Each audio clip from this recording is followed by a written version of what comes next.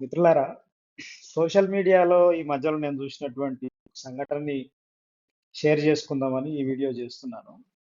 ఈ I dreams అనేటువంటి social media YouTube channel ఒకటి ఉంది. దాంట్లో అంజలి అనే ఒక ఆమె ఇంటర్వ్యూలు చేస్తుంది. ఈ మధ్య కాలంలో ఎవరు ఆయన పేరు రాధా మనోహర్ అనుకుంటా. ఆయనను పిలిచి ఇంటర్వ్యూ చేస్తూ క్రమంలో ఆయన ఒకటి అన్నాడు. ఎడారి మతస్థులు వాళ్ళకు స్నానం చేసే కల్చర్ లేదు, అమ్మ కల్చర్ లేదు, ఈ కల్చర్ లేదు, ఆ కల్చర్ లేదని మాట్లాడితే ఆయన చెప్పినటువంటి సమాధానానికి ఉన్నటువంటి నేపథ్యాన్ని కానీ అది సరైనటువంటిదా కాదా అనేటువంటి విచక్షణ జ్ఞానం అనేటువంటిది ఇంటర్వ్యూ చేసేటువంటి ఈమెకు ఉండాలి. కానీ ఈమెకి ఆ విచక్షణ జ్ఞానం లేకుండా కిచ కిచ కిచ కిచ కిచ కిచ కిచ కిచ కిచ కిచ నవ్వుతున్నది ఆమె. ఏమైనా బుద్ధి ఉన్నటువంటి పనే నాదేమన్నా? స్నానాలు చేసేటువంటి కల్చర్ లేదంటే నువ్వు నవ్వుతావా? ఎవరు స్నానాలు చేయకుండా ఉంటున్నారు? అది మతాన్ని బట్టి ఉంటుందా ఏమైనా? ఇప్పుడు చాలా మంది అఘోరాలు ఉన్నారు.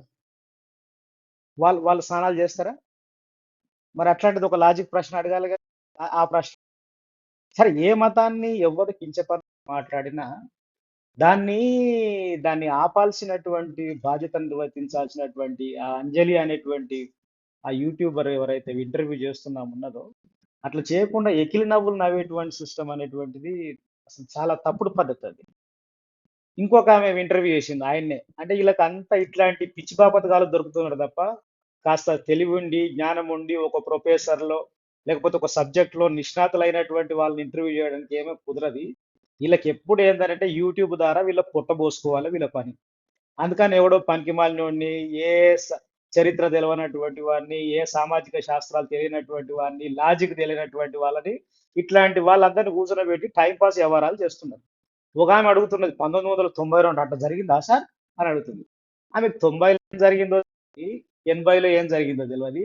అటువంటి ఆమెకు చరిత్ర తెలుస్తా ఏమన్నా? ఈ దేశ చరిత్ర తెలుస్తుందా? సంస్కృతి తెలుస్తుందా? వారసత్వం తెలుస్తుందా? ఇట్లాంటి యూట్యూబ్‌లో మీరు పొట్టబోసుకోవడం కోసం యూట్యూబ్‌ని వాడుకోండి. మీ ఉపాధి కోసం చూసుకోండి. కానీ మీకు లేనటువంటి తెలివిని, జ్ఞానాన్ని, తప్పుడు జ్ఞానాన్ని సమాజంలోకి వదిలిపెట్టేటువంటి సిస్టమ్ అనేటువంటిది చాలా తప్పుడు సిస్టమ్. కనుక మీకు తెలిస్తే తెలిసినట్టుండండి, తెలియకపోతే తెలియనట్టుండండి తప్ప, మీ పొట్టబోసుకోవడం కోసం సమాజంలో ఎవడో కొంతమంది స్వార్థం కోసం చేసేటువంటి కొన్ని అడ్డమైనటువంటి వ్యవహారాలని మీకు తెలియనటువంటి పద్ధతులలో దాన్ని సమాజం మీద వదిలిపెట్టడం అనేటువంటిది ఒక బాధ్యతాయుతంగా చేయాల్సినటువంటి జర్నలిజం కాదు. ఈ దేశ